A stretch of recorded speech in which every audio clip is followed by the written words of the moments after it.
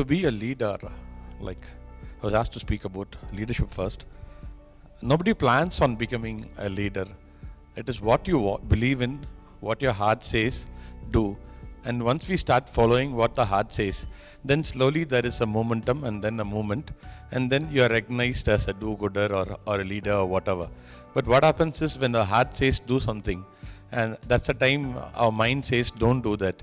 And when we talk to some people, they say don't follow that, it's out of the box, or can you do it, and all these kinds of discouragements come in.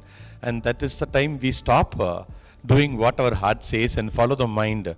When we follow the mind, what happens is we become like all others, and we become like the sheep in the pen. So what we need to do is to, if you really like something, passionate about something, initial days it will be very difficult, but follow the heart. See, the heart really knows what is much needed for us and for the country. Sometimes we need to get really angry about an issue. If you don't get angry, it's very, very, very necessary that we get angry and we react to that anger. Without getting angry, we just keep quiet, and then we will be taken for granted. And that is what happened in certain issues where we just leave it off. See, we bother about so many things on the roads, the plastic on the roads, the water issues, pollution. We need to get angry. We need to start fighting about it. We need, in a very decent and a democratic manner. That is what being a leader is all about. For me, I was passionate about one thing is biodiversity. The biodiversity of the country or the world, or specifically now let me talk about biodiversity of the region. So I wanted to work on biodiversity. And when I talk about biodiversity, India is a very rich country with lots of varied landscapes and biodiverse atmosphere. This is the different kinds of biodiversity of Tamil Nadu.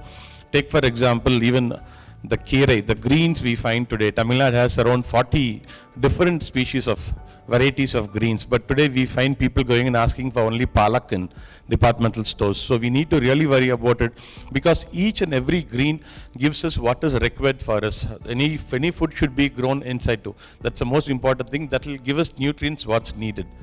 And next is the plantain diversity.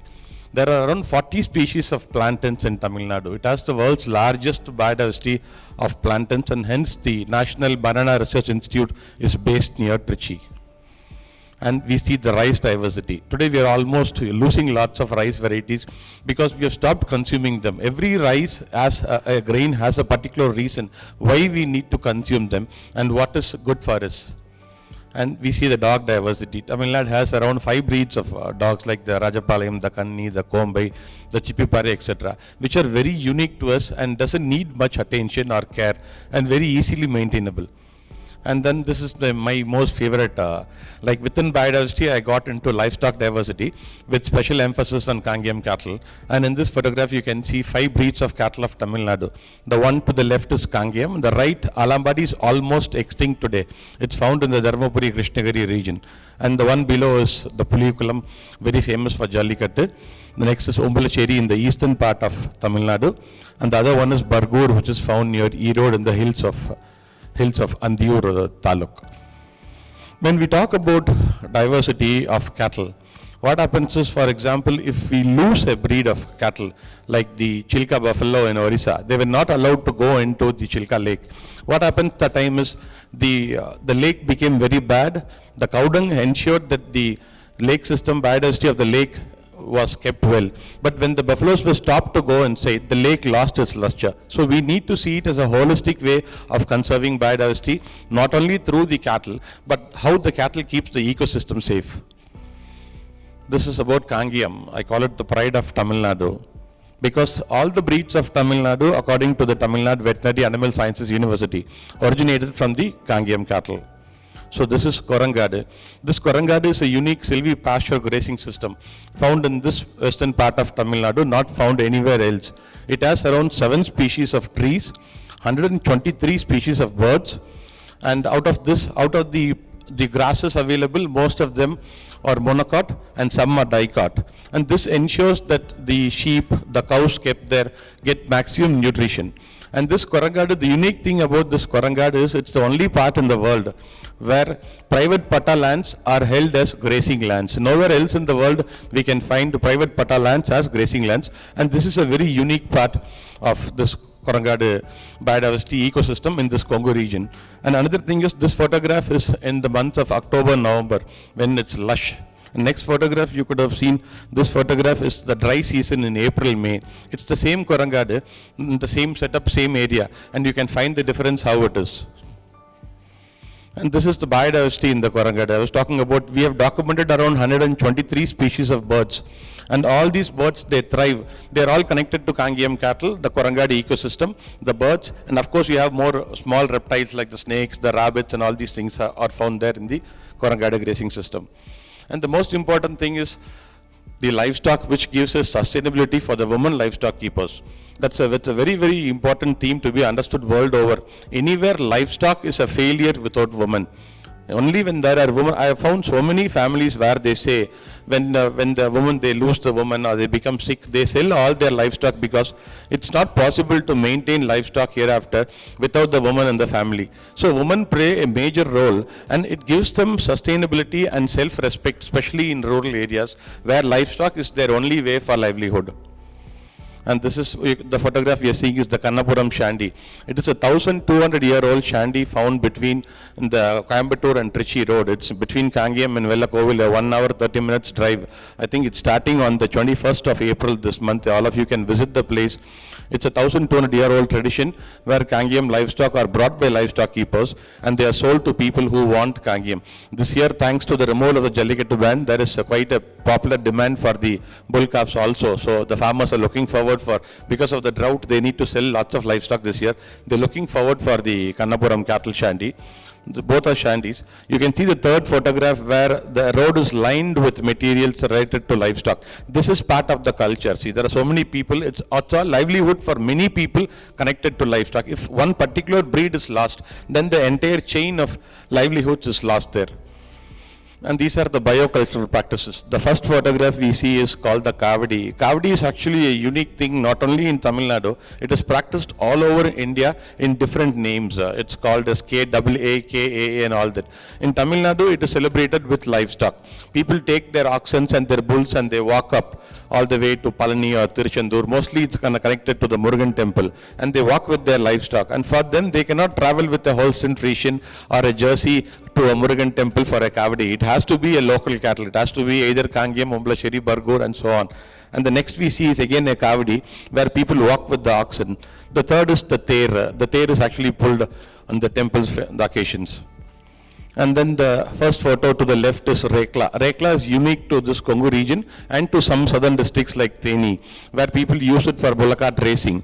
And this bullock racing, what happens is actually a breeding science. In bullock racing, people actually they go and select the best bull calves in the shandies with farmers, livestock keepers. And then the farmer realizes, livestock keeper realizes, oh, I need to grow more of these, rear more of these. Then he goes for selective breeding with the bull which gave him the calf. And that's the way selective breeding takes place and ensures the continuity of the breed. And the below one is Jallikattu. I don't think anybody needs any introduction today to Jallikattu in Tamil Nadu. Whole of India has looked upon, the whole world has looked upon Tamil Nadu for the fantastic protest in a very decent and ethical manner done by the students.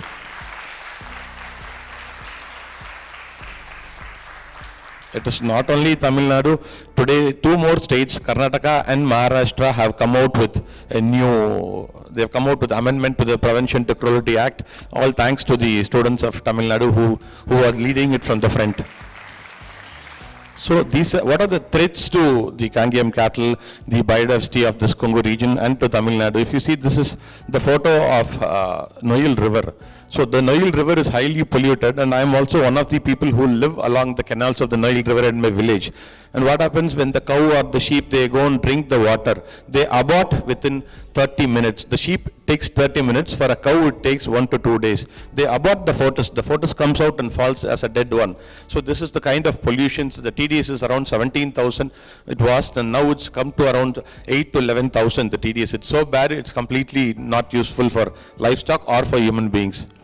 This is the river in my village next to my grazing lands, and we don't let the cows and the sheep drink water there now. As a small boy, I used to go there and play inside the river. Those were the days, but now it's over. So other threats are exotic breeds. I'm not against these breeds, but these breeds thrive best in their conditions in their country, not in our country. So we need to go for in situ conservation and not ex situ conservation, bringing in exotics into our nation. So alien species. Now, thanks to the Honorable High Court, the first one, the the second one is Juliiflora semacaruvalis is being removed. But there are also other threats like the Parthenium, which is also an invasive alien species, and the Lantana camera called the Unipud, which needs to be removed, which is taking up lots of forest spaces and grazing lands. I dedicate this to Dr. G. Nammalwar, an organic scientist. Thank you. I have a few questions. Thank you, that was wonderful. I think we've heard about Jallikattu, we have heard about the cattle, we have heard about the semacaruvalis. All this put together, why? And you brought it together beautifully. The biodiversity of this whole region depends on all these things. Thank you for that. My question to you was, I think we've kind of moved along from the past, and a lot of things we have undone from the past. So all new ways of doing things in cattle, or be it any way, and how important and how easy it is to unlearn and go back and in order to protect all these things. I think now there is a huge movement of students wanting, everybody, especially the youngsters wanting to go back. I have lots of visitors, especially in the 18 to 22 age group, who say, I don't want to continue after I'll finish my education, but get back into organic farming, or I want to work on water management, I want to work on lake management, like our commissioner who said finished his doctor and then he became a Union Public Service official. The same way, like for lots of reasons, they take up education and then they want to change. Even day before yesterday in Facebook, I wrote about a girl which became viral.